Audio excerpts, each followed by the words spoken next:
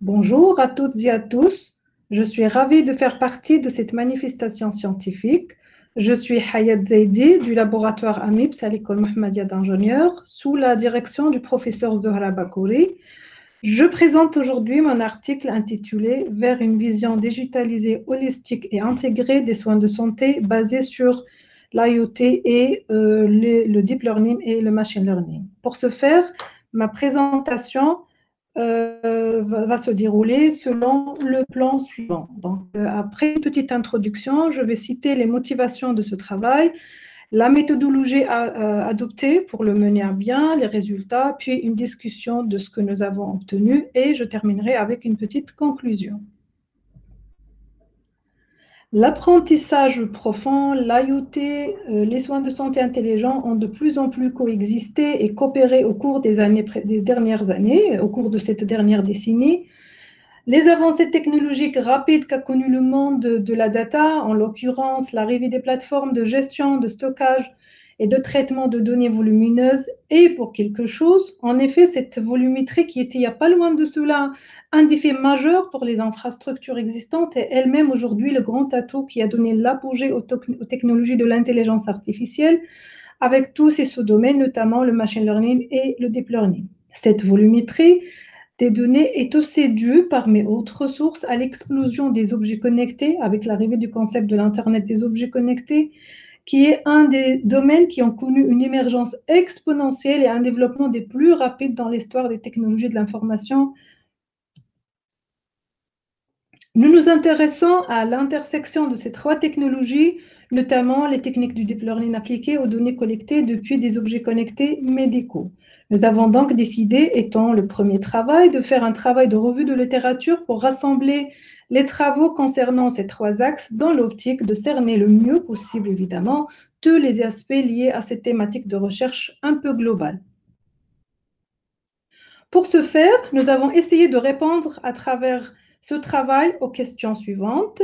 Y a-t-il des travaux qui traitent tous ces sujets? Que sont les éléments traités, abordés par chaque article en relation avec notre triplet? Dans quel objectif et pour répondre à quels besoins ces travaux abordent un tel ou tel aspect? Que sont les insights omis par ces travaux pour avoir une vue holistique? Pour apporter des éléments de réponse à cette problématique, nous avons adopté la méthodologie suivante. Nous avons commencé par un grand nombre d'articles trouvés avec des mots-clés suivants: IoT, Deep Learning, Machine Learning, Healthcare, Architecture, Réseaux neuronaux, avec différentes combinaisons de recherche pour avoir le maximum d'articles et de travaux.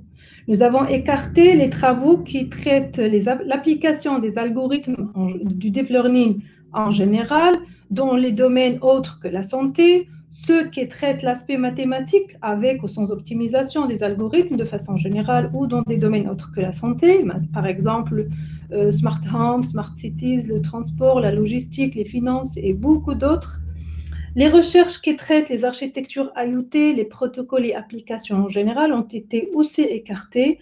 Et après, nous avons effectué une analyse de la synthèse de ces travaux pour identifier les insights couverts, puis une discussion pour mettre le point sur les carences et proposer ce qu'on aurait pu traiter en plus pour s'aligner à notre vision holistique.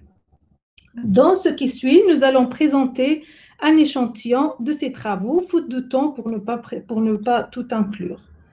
Le premier travail présenté ici s'intéresse aux architectures logicielles dédiées à l'IoT pour les soins de santé.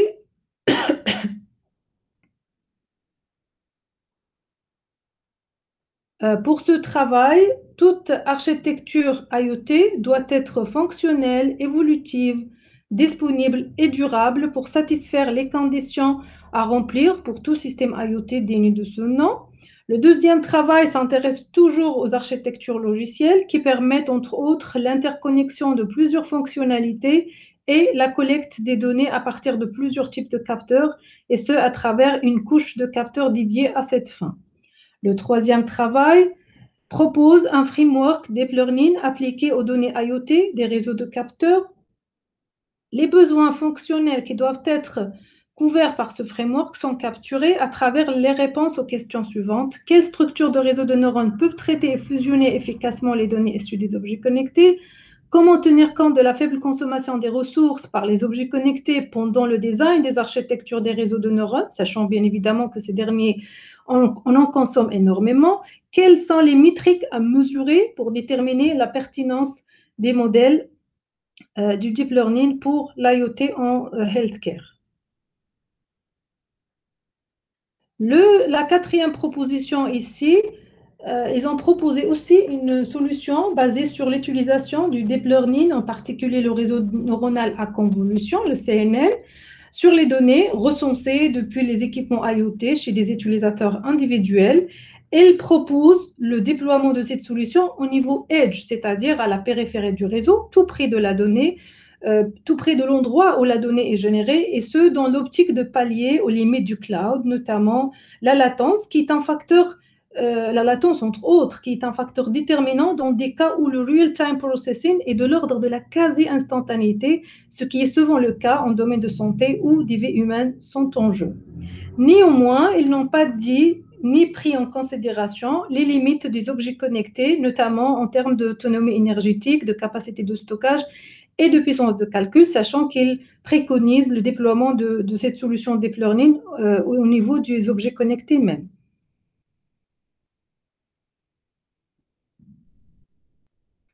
Le cinquième travail a fait un focus sur quelques travaux qui ont proposé des plateformes d'analyse des données de santé collectées à partir des dispositifs IoT pour diagnostiquer et prédire les maladies afin d'anticiper et améliorer l'état de santé global des personnes.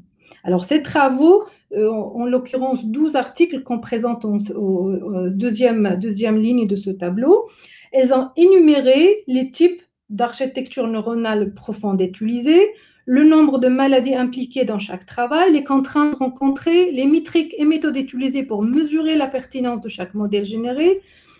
Tous ces travaux se concentrent sur les maladies cardiaques. Donc, on aurait aimé trouver une couverture d'un large spectre de maladies aux possibilités de généralisation à d'autres maladies. Et aussi, les datasets ne sont pas issus tous des objets connectés. En particulier, il y a aussi des data lakes et des données de dossiers médicaux.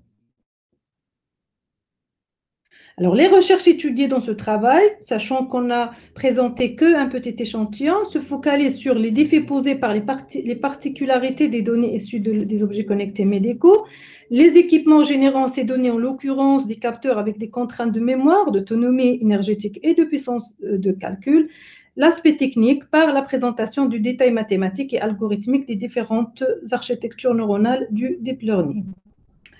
Nous avons aussi traité des travaux qui s'intéressent à l'aspect utilisation de ces algorithmes pour une fin bien précise, qui peut être la détection des intrusions dans les réseaux IoT, l'automatisation des processus de soins de santé pour l'application du deep learning sur des données de capteurs médicaux, ou à finalité purement médicale, notamment la prédiction de maladies différentes par l'analyse des images, des données de dossiers électroniques des patients, la possibilité d'intervention précoce du corps médical, la prescription des traitements plus appropriés, la prédiction de l'évolution d'une maladie et d'autres. Pour l'ensemble de ces travaux couverts par notre étude, nous avons discuté les carences, les facettes omises, les aspects qui auraient pu être inclus dans chaque recherche survolée, et ce, au fur et à mesure de la discussion dans l'article. Ce que nous avons retenu, c'est que malgré l'abondance de la recherche sur ces topics, on manque d'approche holistique permettant de rassembler tous ces éléments dans un même framework, une même étude ou un même survey, et ce pour avoir un accès raccourci et unique vers ce monde énorme qui s'articule autour de ces trois dimensions. Nous proposons, après cette étude, de concevoir, développer et déployer un framework qui satisfait cette approche globale. Justement, un travail proposant une architecture globale abstraite orientée données de bout en bout est accepté en tant que full paper et sera discuté très prochainement. Ce travail a été inspiré de ce même travail discuté aujourd'hui. Ainsi, ma présentation touche à sa fin. Je vous remercie et je reste à votre disposition pour toute éventuelle question et remarques qui sont les bienvenues.